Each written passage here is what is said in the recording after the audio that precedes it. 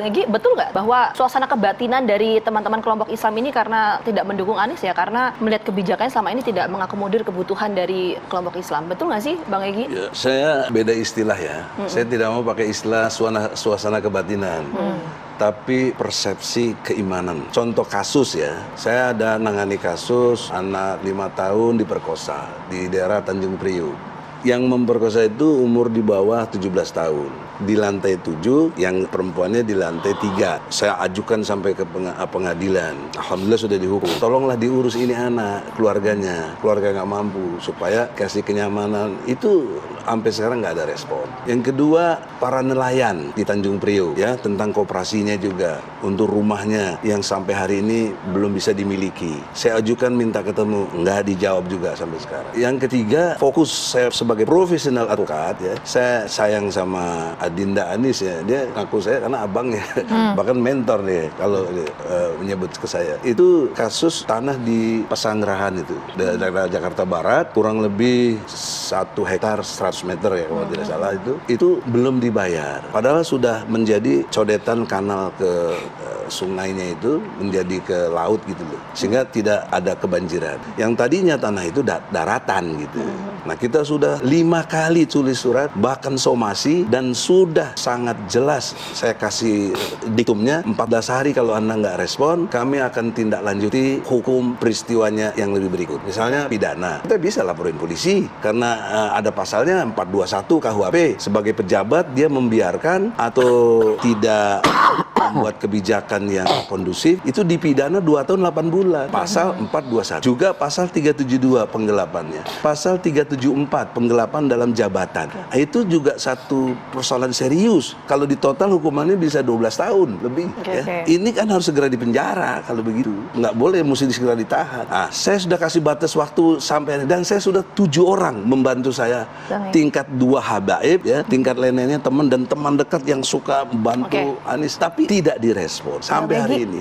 Jadi kalau bicara kebijakan, ini bukan kecewa ya, tapi kok tapi ini umat Islam yang saya bela merasakan penderitaan ini. 3 hal tadi. Saya mewakili mereka, tapi kalau ini pasti HRS saya tahu karakternya. Kalau lihat kezoliman dia nggak suka. Kecewaan dari kelompok Islam ya. Apa sih kemudian dampaknya kalau kita bicara ya, dampak secara elektoral terutama untuk nanti kontestasi Pilpres? Adakah dampak yang cukup signifikan mengenai suara dari kelompok Islam ini? Saya kira satu hal sebelum itu ya, Vita, bahwa politik itu tidak ada yang gratis lillahi ta'ala. Tidak ada yang kemudian membuat apapun bentuk dukungan politik itu yang tidak ada insentifnya. Sekalipun misalnya 212, teman-teman HRS ini bukan partai politik, tapi ketika dia mendukung Anies, minimal ada feedback kebijakan politik yang dianggap pro terhadap ulama dan pro terhadap Islam. Bang Egy ini kan salah satu contoh yang membuat misalnya melihat Anies itu sama saja dengan gubernur yang lain, yang tidak terlampau mempersonifikasi kepentingan politik umat Islam. Jadi kemudian protes dan agak kritis ya, itu pertama. Yang kedua, memang ini menjadi perjudian politik yang cukup luar biasa bagi Nasdem dan bagi Anies sekalipun. Kalau misalnya ini tidak di-maintain suasana politiknya, tentu kelompok 212 yang dulu agresif dan bahkan menjadi ujung tombak utama kemenangan Anies dalam pilkada akan hilang dan split. Disitulah pentingnya kontrak politik dalam tanda kutip antara Anies dengan basis konstituennya yang Islam ini. Apa itu modelnya kita nggak tahu.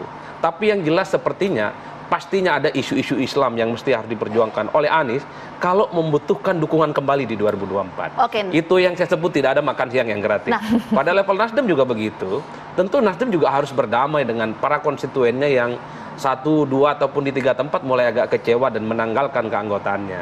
Inilah yang saya kira pasti akan dihitung betul oleh Nasdem dan Anies ketika ingin menapaki jalan panjang 2024. Apakah ketika deklarasi ini secara terbuka disampaikan, masing-masing basis konstituen merapat, bisa rekonsiliasi, atau justru bedol desa, banyak pemilihnya yang kabur ke tempat yang lain. Ini yang sepertinya perlu kita tunggu ke depan. Kalau sekarang kita tidak bisa buru-buru. Bang Adi, singkat saja sebelum kita selesai ya, karena waktu juga terbatas. Jadi dampaknya apa dong nanti untuk kontestasi Pilpres ya, mengenai suara dari kelompok Islam ini? Ya penting sebenarnya. Kalau kita melihat kecenderungan politik selama ini, Islam itu kan bukan hanya identitas agama dan sosial. Saat ini politik Islam itu adalah identitas kepentingan elektoral. Oke. Kita tahu 2019, bahkan pilkada 2017, siapa yang kelihatan lebih Islam, dekat dengan kelompok Islam, ijtima ulama, dan kedekatannya dengan kelompok-kelompok ulama itu akan menjadi variabel dan instrumen untuk mendukung dan mendapatkan dukungan secara politik. Oke, tapi untuk kemenangan, kalau kita goals yang pada kemenangan kontestasi Pilpres, Oh seperti apa? betul. Negara ini bukan hanya satu ceruk pemilih Islam, tapi ada ceruk pemilih yang jauh lebih besar, yang mestinya juga harus difikirkan oleh Anies, oleh Nasdem kalau ingin berbicara tentang 2024. 212 ini kan segmentasinya kecil, bahkan dianggap belakangan ini daya gedornya tidak sekuat beberapa waktu yang lalu.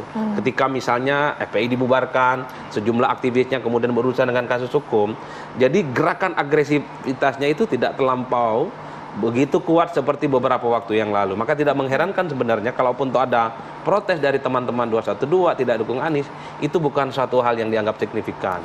Selain tidak penting, hilang satu tumbuh seribu katanya, Bang. Itu katanya begitu. Artinya dengan mendukung Anies justru Nasdem itu bisa mengkapitalisasi ceruk-ceruk pemilih lain yang tidak melulu berdasarkan kelompok-kelompok Islam ini. Toh Islam bukan hanya 212, toh Islam bukan hanya FPI, ada NU, ada Muhammadiyah, ada Matlaun Anwal, ada Nahdlatul Wathon gitu ya. Cuma Dan sedihnya seterusnya. dalam perspektif keislaman ya, itu kita jadi kehilangan momentum juga, yang harusnya ada perubahan jadi nggak ada perubahan begitu. Kenapa? Karena dulu misalnya Jokowi jelas sebagai petugas partai PDIP. Nah sekarang bisa juga nanti petugas partai Nasdem. Nggak mungkin enggak. Itu karena harus ada balas jasa dong. Tiket dari mana itu? Itu begitu. Dan sementara itu bukan gerbong yang mau mengkondisikan tegaknya Islam. Bahkan lebih kelihatan antipatinya begitu loh. Nah itu persoalan serius kita di aktivis ini. Maka saya tidak ngataskan nama siapa, saya punya kebijakan begitu. Lihat, kalau ada fakta integritas seperti Habib bilang ada, ini. Nah, cuma kembali ke ini, saya tidak mendowngrade Anies sebagai pribadi ya. Dia orang baik, baik, ikhlas, santun. Wow, sama saya hormat lah, karena saya dianggap abangnya. Tapi dia sebagai gubernur tidak menolong. Jadi kekuasaannya tidak menolong. Nasrun minallahnya nggak ada. Ya, Sultanan Nasiro, kekuasaannya menolong. Berarti Anies cukup dilematis. Satu sisi harus mengakomodir kepentingan kelompok 212 yang cukup Islamis, pada saat yang bersamaan harus berkompromi dan berdamai dengan pemilih Nasdem yang cukup nasionalis. Jadi Anies sebagai delegasi dari Nasdem nampaknya effortnya cukup luar biasa di Pilpres kali ini ya. Mas Adi, untuk penjelasannya. Insya Allah, karena saya nggak ditindaklanjuti, laporan polisi akan berjalan. Tetap akan berjalan. Nanti kita juga akan tunggu kabar dari HRS yang ketemu sama Bang Egy juga ya nanti ya. Terima kasih. Elektabilitas Ganjar ini berpengaruh terhadap kontemplasinya Megawati? Jawabannya iya dan pasti. Kenapa? Pertama, sampai saat ini Megawati belum memutuskan soal siapa yang akan maju, termasuk Puan Maharani. Kalau tidak mempertimbangkan Ganjar Pranowo, tentu Megawati sudah mengumumkan kepada publik bahwa di Pilpres 2024 yang akan datang akan mengusung Puan Maharani. Tapi itu tidak dilakukan karena ada variabel Ganjar yang saat ini sedang menjadi darling, sedang populer dan naik daun. Inilah yang sepertinya membuat Megawati saat ini sedang menghitung betul soal apakah akan tetap mengusung Puan Maharani atau Ganjar Pranowo. Termasuk melakukan kontemplasi, mohon petunjuk dari Tuhan Yang Maha Kuasa terhadap sosok pemimpin yang benar-benar layak untuk meneruskan pemimpinan dari Pak Jokowi. Karena yang harus dilakukan oleh partai adalah kesinambungan kepemimpinan dari Pak Jokowi dengan berbagai prestasinya, itu sangat penting untuk dicarikan sosok yang paling tepat di dalam melanjutkan estafet kepemimpinan itu. Dengan situasi yang agak mirip, kalau mau disamakan, yang satu mewakili keluarga Ibu Mega, ada Mbak Puan, satu lagi yang dilihat secara elektoral tinggi. Pertama yang tidak bisa dibantah, last minute kecenderungan dari Ibu Mega akan mengambil keputusan. Sepertinya PD Perjuangan ada konflik. Nggak ada konflik. Jadi narasi seperti itu kan justru juga menimbulkan tanda tanya bagi masyarakat. Yang ingin kami tegaskan adalah proses mencari pemimpin itu bukan hanya sekedar elektoral.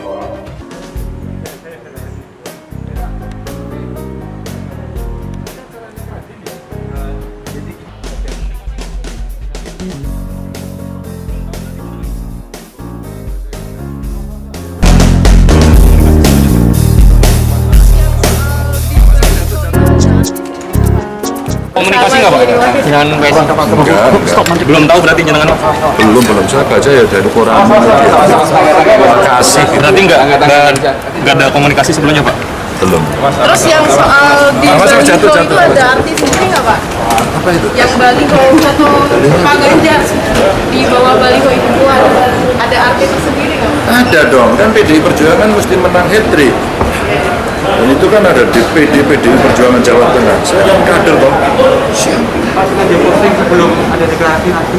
Enggak lah, nggak tahu ada mau deklarasi apa. Hasil survei Carta Politika terbaru, elektabilitas Ganjar Pranowo unggul di Jawa Tengah dan Jawa Timur.